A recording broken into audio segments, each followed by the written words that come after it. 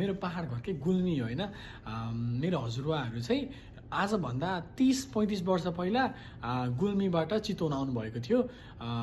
आफ्नो फ्यामिलीलाई पाल्नको लागि केही बिजनेस गर्न सकिन्छ, केही काम गरेर हुन्छ नि, तराईमा पनि केही काम गरेर अब फ्यामिली पाल्न सकिन्छ भनेर पहाड छोडेर आउनुभएको थियो। त्यो चाहिँ एउटा प्रोसेस अफ माइग्रेसन थियो होइन, जुन कुरा चाहिँ धेरै जसो नेपालीहरूले गरिरहनु भएको छ कि होइन। हामी अपर्च्युनिटीको पहाडी भाग्न जानेका छौँ कि हुन्छ नि, हामीले कतै अपर्च्युनिटी हुन्छ नि, यता गर्दाखेरि यस्तो गर्दाखेरि राम्रो हुन्छ भने हामी त्यसको पछाडि लाग्न जानेको छौँ कि होइन।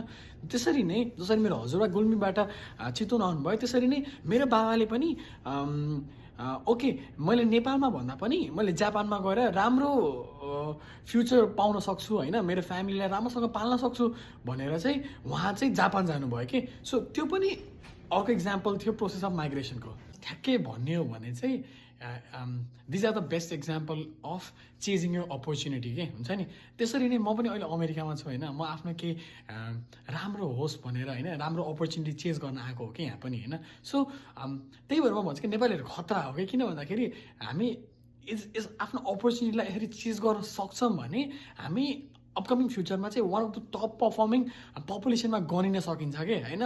तर हाम्रो एनर्जी, हाम्रो बौद्धिकता, हामीले दिएको एफोर्ट चाहिँ राइट प्लेसमा चाहिँ युज हुनुपर्छ जस्तो लाग्छ कि। किन भन्दाखेरि यदि त्यो कुराहरू राइट प्लेसमा युज हुँदैन भने नेसनलाई प्रोग्रेस गर्न गाह्रो हुन्छ कि। हामीले हाम्रो योगदान देशको उन्नतिमा पनि दिनुपर्छ जस्तो लाग्छ कि। सो त्यही भएर त म भन्छु नि, हामी नेपालीहरू खतरा हो कि। त्यही भएर